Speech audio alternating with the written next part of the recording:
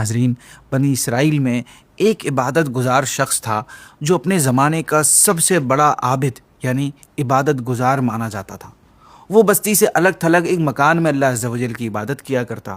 اسی بستی میں 3 بھائی اپنی ایک جوان کنواری بہن کے ساتھ رہا کرتے تھے۔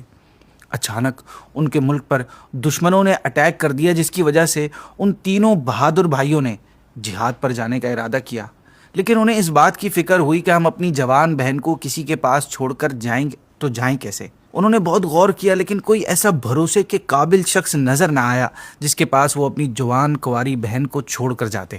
پھر انہیں اس عابد کا خیال آیا اور وہ سب اس بات پر ایگری ہو گئے کہ ہم اپنی سسٹر کو اس کی کسٹڈی میں چھوڑ کر چلے جاتے ہیں، اس سے ہماری بہن کو کوئی خطرہ نہیں۔ چنانچہ وہ تینوں اس عابد کے پاس جاتے ہیں اور اسے حالات بتانے کے بعد اپنی بہن کو اپنے پاس رکھنے کا کہتے ہیں۔ عابد شروع میں تو بالکل صاف منع کر دیتا ہے، لیکن بھائیوں کی طرف سے ایکسٹریم منت سماجت کرنے کی وجہ سے وہ فائنلی راضی ہو جاتا ہے۔ لیکن وہ کہتا ہے کہ میں تمہاری بہن کو اپنے ساتھ نہیں رکھوں گا، بلکہ میرے مکان کے سامنے جو خالی مکان ہے تم اپنی بہن کو اس میں چھوڑ جاؤ، یہیں سے آئی ول کیپ این آئی آن ہر۔ وہ تینوں بھائی اس بات پر ایگری ہو جاتے ہیں اور اپنی بہن کو اس عابد کے مکان کے سامنے والے مکان میں چھوڑ کر جہاد پر چلے جاتے ہیں۔ وہ عابد روزانہ اپنے عبادت خانے سے نیچے اترتا اور اپنے دروازے پر کھانا رکھ دیتا، پھر اپنی عبادت خانے کا دروازہ بند کر کے اوپر روم میں چلا جاتا، پھر لڑکی کو آواز دے دیتا کہ کھانا لے جاؤ، لڑکی وہاں سے کھانا لے کر چلی جاتی۔ اسی طرح کافی ٹائم تک عابد اور اس لڑکی کا آمنا سامنا نہ ہوا۔ وقت گزرتا رہا۔ پہلے کے دور میں جو جنگیں ہوا کرتی تھی وہ کافی سالوں تک چلا کرتی تھی۔ پھر کچھ ٹائم بعد شیطان نے اس کے دل میں یہ وسوسہ ڈالا کہ تیرے لیے نیکی کمانے کا کتنا بڑا موقع ہے کہ تو کھانا اس کے گھر میں پہنچا دیا کر تاکہ اس لڑکی کو پریشانی نہ ہو، اس طرح تجھے اس کی خدمت کا زیادہ ثواب ملے گا۔ چنانچہ اس عابد نے اب اس کے گھر میں جا کر کھانا دینا شروع کر دیا۔ کچھ ٹائم پھر اسی طرح معاملہ چلتا رہا۔ شیطان نے اسے پھر مشورہ دیا کہ دیکھ، وہ لڑکی کتنے دنوں سے اکیلی اس مکان میں اکیلی رہ رہی ہے، وہ کتنا اکیلا اور لونلی فیل کرتی ہوگی، اس سے کوئی بات کرنے والا نہیں ہے، وہ بھی تو انسان ہے، اس کا بھی تو دل ہے۔ کیا ہوگا اگر تو اس کا دل بہلانے کے لیے کچھ وقت اس سے بات کر لے؟ بات کرنے سے تھوڑی نہ کچھ ہوتا ہے، بلکہ کسی کا احساس کرنے سے تجھے مزید ثواب ملے گا۔ عابد پھر شیطان کے چکر میں پھنس جاتا ہے اور اب اس نے اس لڑکی کے پاس بیٹھنا اور اس سے بات چیت کرنا شروع کر دی۔ پہلے تو اس طرح ہوا کہ وہ عابد اپنے عبادت خانے سے بات کرتا اور لڑکی اپنے مکان سے، پھر وہ دونوں دروازوں پر آ کر گفتگو کرنے لگے۔ پھر شیطان کے اکسانے پر وہ عابد اس لڑکی کے مکان میں جا کر اس کے پاس بیٹھتا اور باتیں کرتا۔ فائنلی شیطان نے اب اسے ورگلانا شروع کر دیا کہ دیکھ، یہ لڑکی کتنی خوبصورت ہے، کتنی حسین و جمیل ہے۔ جب اس نے جوان لڑکی کو اس نگاہ سے دیکھا تو اس کے دل نے لڑکی کے لیے برے خیالات قائم کرنے کی خواہش کی۔ پھر ایک دن ایسا ہی ہوا کہ وہ عابد شیطان کے بہکاوے میں آ کر اس لڑکی سے زنا کر بیٹھا، جس کے نتیجے میں لڑکی پریگننٹ ہو گئی اور اس میں ایک بچہ پیدا ہو گیا اس سے۔ شیطان نے اب بھی بس نہیں کیا، وہ اس عابد کے پاس آیا اور کہا دیکھ، تیری حرکت کی وجہ سے یہ سب کچھ ہوا ہے، تیرا کیا خیال ہے کہ جب اس لڑکی کے بھائی آئیں گے اور وہ اپنی بہن کی اس حالت میں دیکھیں گے تو تیرا کیا حال کریں گے؟ لہٰذا تیری بہتری اسی میں ہے کہ تو اس بچے کو اور اس کی ماں کو مار ڈال تاکہ ان کے بھائیوں اور زمانے بھر کی رسوائی سے بچ جا۔ عابد نے شیطان کے مشورے پر عمل کیا اور لڑکی اور اس کے بچے کو قتل کر کے دفن کر دیا اور پھر دوبارہ اپنی عبادت میں بزی ہو گیا۔ ٹائم گزرتا رہا۔ جب لڑکی کے بھائی جہاد سے واپس آئے تو انہوں نے اس مکان میں اپنی بہن کو نہ پا کر عابد سے اپنی بہن کے بارے میں پوچھا۔ عابد نے بظاہر بہت غمزدہ ہو کر روتے ہوئے جواب دیا کہ تمہارے جانے کے بعد تمہاری بہن کا انتقال ہو گیا اور اس کی قبر وہ ہے، وہ بہت نیک لڑکی تھی۔ اتنا کہنے کے بعد وہ عابد رونے لگا اور اس کے بھائی بھی قبر کے پاس رونے لگے۔ بھائیوں کو اس عابد کی بات پر یقین ہو گیا۔ ایک رات جب وہ تینوں بھائی اپنے اپنے بستروں پر آرام کے لیے لیٹے اور ان کی آنکھ لگی تو شیطان نے ان تینوں کے خواب میں آیا اور ان کو بتایا، اطلاع دی کہ اس عابد نے تم سے جھوٹ بولا ہے، اس نے تمہاری بہن کے ساتھ زنا کیا اور اس سے بچہ پیدا ہوا، پھر اس نے بے عزتی کے خوف سے تمہاری بہن اور بچے کو مار ڈالا ہے اور ان دونوں کو ایک ساتھ دفن کر دیا ہے۔ اگر تمہیں یقین نہ آئے تو تم وہ جگہ کھود کر دیکھ لو۔ صبح اٹھنے کے بعد وہ تینوں بھائی نے آپس میں بات کی اور اسی مکان پر پہنچے اور جب اس جگہ کو کھودا تو دیکھ کر حیران رہ گئے کہ وہاں ان کی بہن اور ایک بچہ ذبح کی ہوئی حالت میں موجود تھے۔ چنانچہ وہ اس عابد کے پاس پہنچے اور انٹروگیٹ کیا تو اس نے اپنے گناہ کا اعتراف کر لیا۔ وہ تینوں بھائی اسے پکڑ کر بادشاہ کے دربار میں لے گئے۔ بادشاہ نے ساری بات سن کر اس عابد کو پھانسی کا حکم دے دیا۔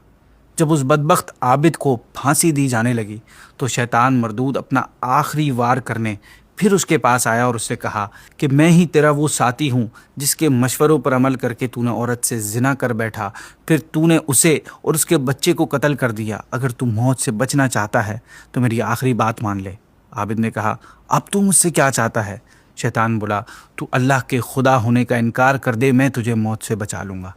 یہ سن کر کچھ دیر تو عابد سوچتا رہا، لیکن پھر دنیاوی سزا سے بچنے کے لیے اس نے اپنی زبان سے کفر یا کلمات بکے اور اللہ عز و جل کے خدا ہونے کا انکار کر بیٹھا۔ ناظرین، جیسے ہی وہ انکار کرتا ہے ٹھیک اسی وقت جلاد اسے پھانسی پر لٹکا دیتا ہے اور شیطان خوشی خوشی وہاں سے چلا جاتا ہے، اور یوں بنی اسرائیل کا وہ عابد بے ایمان ہو کر دنیا سے جاتا ہے۔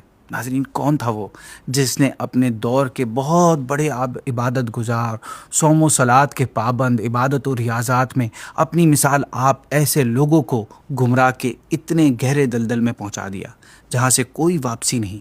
وہ انسان کا ازلی دشمن ابلیس ہے جو آخری وقت تک انسان کا پیچھا نہیں چھوڑتا، یعنی دا ریئل اینیمی۔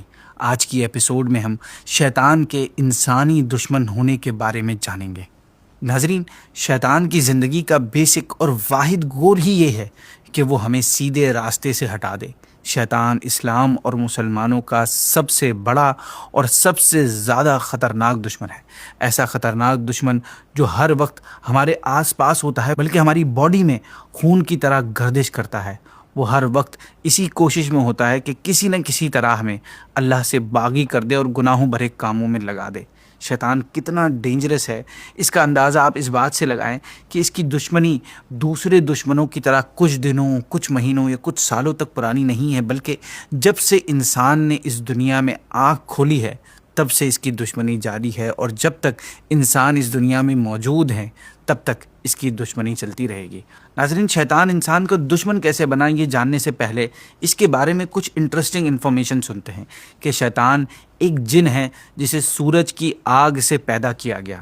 جنات حضرت آدم علیہ السلام سے 2000 سال پہلے پیدا کیے گئے۔ شیطان کی اولاد کے بارے میں آتا ہے کہ اس نے 5 انڈے دیے، پھر اس کی ساری اولادیں انہی سے پیدا ہوئیں۔ یہ سٹارٹ میں ایسا نہیں تھا، یعنی اس نے اپنی بگننگ ایرا میں یہ شیطان نہیں تھا بلکہ یہ عزازیل نامی ایک جن تھا، اور یہ بہت زیادہ عبادت گزار تھا۔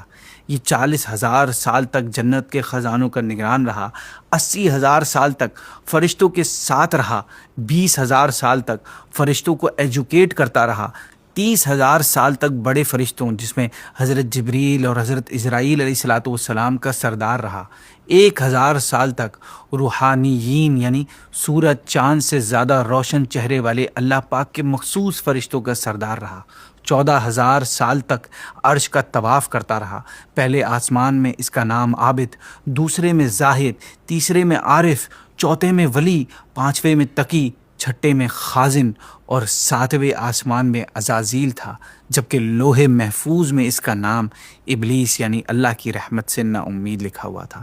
جب یہ کئی ہزار سال تک دن رات اللہ پاک کی عبادت کرتا رہا تو اللہ پاک نے اسے انعام و اپریسیشن کے طور پر جنت اور فرشتوں کا سردار بنا دیا۔ اس کا رینک اور گریڈ اتنا بڑھ گیا، یہ فرشتوں کا استاد بن گیا اور ان کو ایجوکیٹ کرنے لگا، اور اس طرح اسے ایک جن ہونے کے باوجود آنرری یعنی اعزازی طور پر فرشتوں میں کاؤنٹ کیا جانے لگا۔ جب اسے اتنی عزت ملنے لگی اور فرشتوں کے درمیان اس کا اسٹیٹس اتنا بڑھ گیا تو اب اس کی لائف میں ایک ٹرننگ پوائنٹ آیا۔ اس کے دل میں ایک خطرناک بیماری یعنی تکبر نے جنم لیا، اور وہ خود کو فرشتوں سے افضل سمجھنے لگ گیا، اور یوں سمجھیے کہ یہاں اس کی بربادی کا کاؤنٹ ڈاؤن شروع ہو گیا۔ اس کی متکبرانہ سوچ تو بن ہی گئی تھی، مگر یہ ابھی بھی اپنی فیلنگز کسی کے ساتھ شیئر نہیں کر رہا تھا۔ لیکن پھر ایک ایسا واقعہ پیش آیا جس کے بعد اس کے دل میں چھپا تکبر ظاہر ہونے لگا۔ کہ واقعہ کچھ اس طرح ہوا کہ جب اللہ پاک نے جنات کو پیدا کیا اور زمین کو آباد کرنے کا حکم فرمایا تو یہ اللہ پاک کی عبادت میں لگے رہے، حتیٰ کہ جب ایک لمبا عرصہ گزر گیا تو انہوں نے اللہ پاک کی نافرمانی شروع کر دی اور خون خرابہ اور فساد پھیلانا شروع کر دیا۔ ان میں ایک بادشاہ تھا جس کا نام یوسف تھا، انہوں نے اس کو بھی مار ڈالا۔ تو اللہ پاک نے ان پر دوسرے آسمان کے فرشتوں کا ایک لشکر بھیجا۔ اس لشکر کو جن کہا جاتا تھا۔ ان میں ابلیس بھی تھا جو 4000 فرشتوں کا سردار تھا۔ ابلیس نے فرشتوں کے ساتھ ان پر اٹیک کیا اور انہیں مار مار کر پہاڑوں اور سمندروں جزیروں کی طرف بھگا دیا۔ یہ کارنامہ انجام دینے کے بعد شیطان کے دل میں تکبر مزید بڑھ گیا اور اب وہ اوپنلی اپنی فیلنگز کو دیگر فرشتوں کے سامنے ایکسپریس کرنے لگا کہ میں نے وہ کام کیا ہے جسے ابھی تک کسی نے نہیں کیا۔ اور یہ وہ وقت تھا کہ جب ابلیس اپنے لشکر سمیت زمین پر رہنے لگا۔ کچھ روایتوں میں وقت بھی ذکر ہے کہ ابلیس حضرت آدم علیہ السلام سے 40 سال پہلے زمین پر رہنا شروع ہوا تھا۔ اسی دوران اللہ پاک نے فرشتوں کے سامنے حضرت آدم علیہ السلام کو پیدا کرنے کا ارادہ ظاہر فرمایا اور انہیں بتایا کہ میں بہت جلد زمین پر اپنا خلیفہ بنانے والا ہوں۔ جب شیطان کو یہ بات پتہ چلی کہ اللہ پاک حضرت آدم کو زمین میں اپنا خلیفہ بنانے والا ہے تو انہیں اس سے ہائر سٹیٹس دینے والا ہے، تو وہ آگ بگولا ہو گیا اور یہ بات اسے بالکل برداشت نہ ہوئی، کیونکہ وہ پہلے ہی تکبر کی بیماری میں مبتلا ہو چکا تھا۔ لہٰذا وہ گھبرا گیا اور اتنا زیادہ گھبرایا کہ جب بھی حضرت آدم علیہ السلام کی مٹی سے بنے بغیر روح کے جسم کے پاس سے گزرتا تو اسے ٹھوکر مارتا اور کہتا کہ اسے کسی بھی کام کے لیے نہیں بنایا گیا اور اگر مجھے اس پر اختیار دیا گیا تو میں اسے ہلاک کر دوں گا۔ ناظرین، اب تک تو شیطان تکبر میں مبتلا تھا، لیکن حضرت آدم علیہ السلام کے انسانی جسم کو دیکھ کر اس نے جو ریئیکشن دیا اور اس کا رویے میں جو تبدیلی آئی، اس پر اگر غور کیا جائے تو پتہ چلتا ہے کہ اس کے اندر حسد کی بیماری بھی پیدا ہو گئی تھی۔ اور ایک حاسد شخص کبھی نہیں چاہے گا کہ جس سے اس کو حسد ہے وہ بڑے مرتبے پہ پہنچ جائے یا اس سے زیادہ ترقی کرے۔ لہٰذا شیطان نے اپنے تکبر اور حسد کے بنیاد پر اللہ پاک کی بنائی ہوئی ایک نئی اور پسندیدہ مخلوق خلیفۃ الارض یعنی حضرت انسان کی پیدائش سے پہلے ہی اس کے خلاف ہو گیا۔ اب وہ ٹائم قریب آتا جا رہا تھا کہ جب اس کی بد نصیبی اس کو ملنے والی تمام عزت آنر کو خاک میں ملانے والی تھی، اور یہ اس وقت ہوا جب حضرت آدم علیہ السلام کی کریشن کا پروسیس کمپلیٹ ہو گیا اور اللہ پاک نے تمام فرشتوں کو حکم دیا کہ وہ حضرت آدم علیہ السلام کو سجدہ کریں۔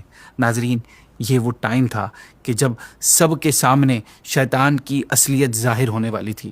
جو کل تک فرشتوں کا استاد تھا، سب سے زیادہ عبادت گزار تھا، جنت کا سردار تھا، اللہ پاک کے لشکر کا سپہ سالار تھا، اب وہ عنقریب رب تعالیٰ کی بارگاہ سے مردود ہو کر اسلام کا سب سے بڑا دشمن بننے والا تھا۔ آفیشلی وہ انسانی دشمن ڈکلیئر ہونے والا تھا۔ سجدے کا حکم ہوتے ہی تمام فرشتوں نے اللہ پاک کے حکم پر عمل کرتے ہوئے حضرت آدم علیہ السلام کو سجدہ کیا، لیکن ابلیس نے سجدہ کرنے سے انکار کر دیا اور وہ اپنے غرور و تکبر کی وجہ سے کہنے لگا کہ میں حضرت آدم علیہ السلام سے بہتر ہوں، لہٰذا میں انہیں سجدہ نہیں کروں گا۔ جب فرشتوں نے یہ منظر دیکھا تو وہ دوبارہ سجدے میں چلے گئے اور رب تعالیٰ کا شکر ادا کرنے لگے کہ اللہ پاک نے انہیں اس نافرمانی سے بچا لیا۔ جب انہوں نے دوسرے سجدے سے سر اٹھایا تو دیکھا کہ شیطان کا چہرہ بالکل کالا ہو گیا اور وہ جنت سے بھی نکال دیا گیا ہے۔ یہ دیکھ کر فرشتے ایک بار پھر اللہ پاک کا شکر ادا کرنے کے لیے سجدے میں چلے گئے۔ یوں اس طرح فرشتوں نے 3 سجدے کیے اور شیطان کو ایک کی بھی توفیق نہ ملی۔ ناظرین، شیطان اپنی نافرمانی کی وجہ سے کافر تو پہلے ہی ہو چکا تھا، لیکن جیسے ہی اللہ پاک نے اسے مردود قرار دے کر جنت سے نکالا تو اللہ پاک سے اپولوجائز کرنے کے بجائے، معافی مانگنے کے بجائے، وہ اللہ پاک کے دین یعنی اسلام اور اس کی پسندیدہ مخلوق کا دشمن بھی بن گیا۔ اور اس کی جرت اور بے باکی دیکھیے کہ اس نے اللہ پاک سے اس کی مخلوق کو بہکانے کی مہلت مانگی، اور جب اللہ پاک نے اسے مہلت عطا فرمائی تو کہنے لگا کہ جس طرح تو نے مجھے گمراہ قرار دیا، اسی طرح میں بھی سیدھے راستے پر بیٹھ کر تیرے بندوں کو گمراہ کروں گا اور آگے سے، پیچھے سے، رائٹ سے، لیفٹ سے، چاروں طرف سے ان پر حملہ کروں گا اور انہیں بہکاؤں گا۔ حضرت ابن عباس فرماتے ہیں یہاں پر کہ سامنے سے بہکانے سے مراد یہ ہے کہ میں انہیں دنیا کے متعلق وسوسوں میں ڈالوں گا، پیچھے سے بہکانے سے مراد یہ ہے کہ میں انہیں آخرت کے متعلق وسوسوں میں ڈالوں گا، اور سیدھی طرف سے مطلب یہ ہے کہ میں ان کے دین میں شبہات ڈالوں گا، وسوسے ڈالوں گا، اور الٹی طرف سے مراد یہ ہے کہ ان کو گناہوں کی طرف بلاؤں گا۔ لیکن ناظرین، اللہ پاک نے بھی شیطان کے سامنے صاف صاف اعلان فرما دیا کہ جو میرے مخلص بندے ہوں گے وہ کبھی گمراہ نہیں ہوں گے، بلکہ میری عبادت کے ذریعے تیری دشمنی کا بھرپور مقابلہ کریں گے، اور جو لوگ تیرے پیچھے چلیں گے میں انہیں ضرور جہنم میں ڈالوں گا۔ حضرت ابن عباس فرماتے ہیں کہ اللہ پاک نے شیطان کو اوپر سے بہکانے کی جگہ نہیں دی، کیونکہ اوپر سے اللہ کی رحمت اترتی ہے۔